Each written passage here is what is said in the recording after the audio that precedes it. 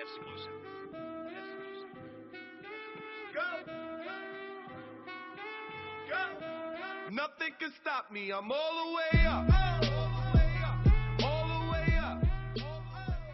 Yo les audiences, c'est Rama, j'espère que vous allez bien. En tout cas pour ma part ça va super, et aujourd'hui on se retrouve pour un nouvel épisode de Manga Analyse. Je vais vous présenter un manga que j'ai beaucoup aimé, qui a été un coup de cœur pour moi en 2016, Shonen 7.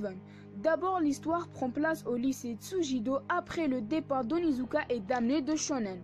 Ce lycée est tristement célèbre pour abriter des racailles de la pire espèce, et il fait partie du tournoi des Shonen 7.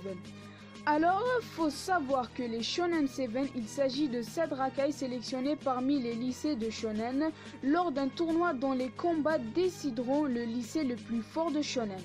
Ce tournoi a été créé par le chef de la ville, n'en pouvant plus de voir les lycées se battre pour montrer leur supériorité. Le lycée vainqueur obtient le titre de lycée le plus fort de l'année, et il reçoit 7 vestes et 7 motos, ainsi que l'honneur d'être le lycée le plus fort de la Shonen pendant une année, et le lycée Tsujido reste invaincu pour le moment. Plus précisément, dans l'histoire, on suit l'histoire d'un jeune garçon, Ichiro Kawakami, accompagné de son ami d'enfance Yuka et de son rival du collège. Il est le frère d'une légende. Ce petit détail est le principal cause de son inscription dans ce collège. Il est fort, courageux, il n'a pas peur, il a peur de rien, de se battre ni rien du tout. Il pense toujours avoir le dessus dans n'importe quelle condition, et il adore les filles, ce qui le rend un peu bizarre. Voilà, sa première année va être mouvementée, il va faire beaucoup de rencontres, beaucoup d'alliances, notamment avec le Diable Blanc et les Roman Brothers. Personnellement, j'ai beaucoup aimé ce manga.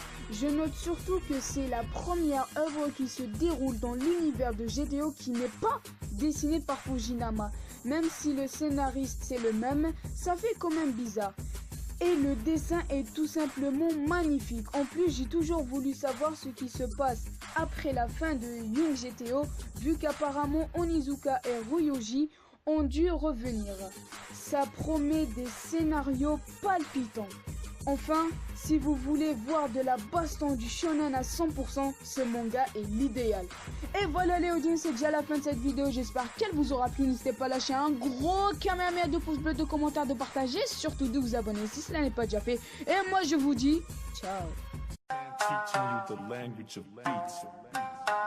Let's go.